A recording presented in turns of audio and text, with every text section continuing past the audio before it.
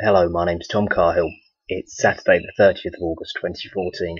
I'd like to make a quick video about something that I've thought about for quite a while, and I can't really get my head around how to describe it best. But I don't watch TV anymore. I don't really watch films and stuff like that, and I'm forever seeking things to kind of educate myself. Sometimes I'll be reading stuff, sometimes I'll be listening to YouTube videos and stuff.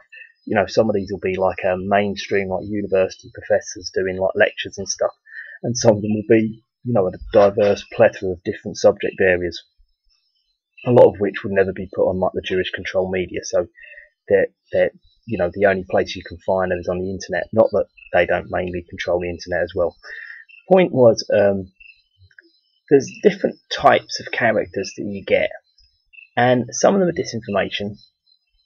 Some of them are just controlled opposition, who just kind of, there's certain things they won't go near, and they kind of steering you off in a certain direction. And then there's other people who are just like complete weird, sort of freakish characters, and they don't really fall into any of these categories. But they are disinformation, but they're not. I don't think they're willfully putting out disinformation. They just talk rubbish.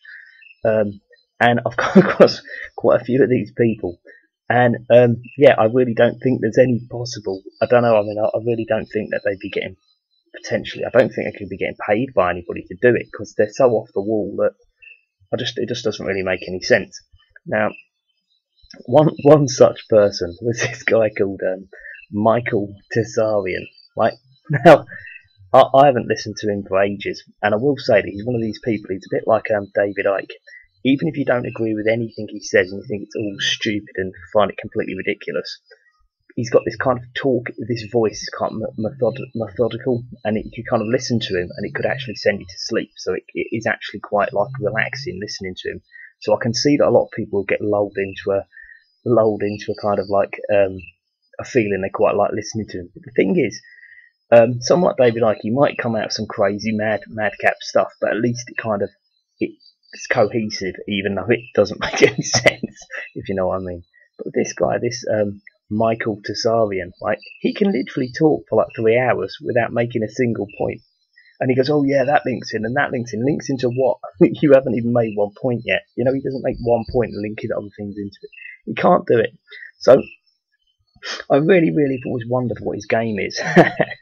But the thing that kind of confused me more about him was the fact that he got quite a lot of coverage. A lot of people seem to think he's really great. Now, I think that's a lot of just, it's kind of the emperor's clothes. People think people are great because they're just too thick to realise he doesn't have a clue what he's talking about. So the idea that, he's probably not quite right in the head, well, not a lot were not right in the head.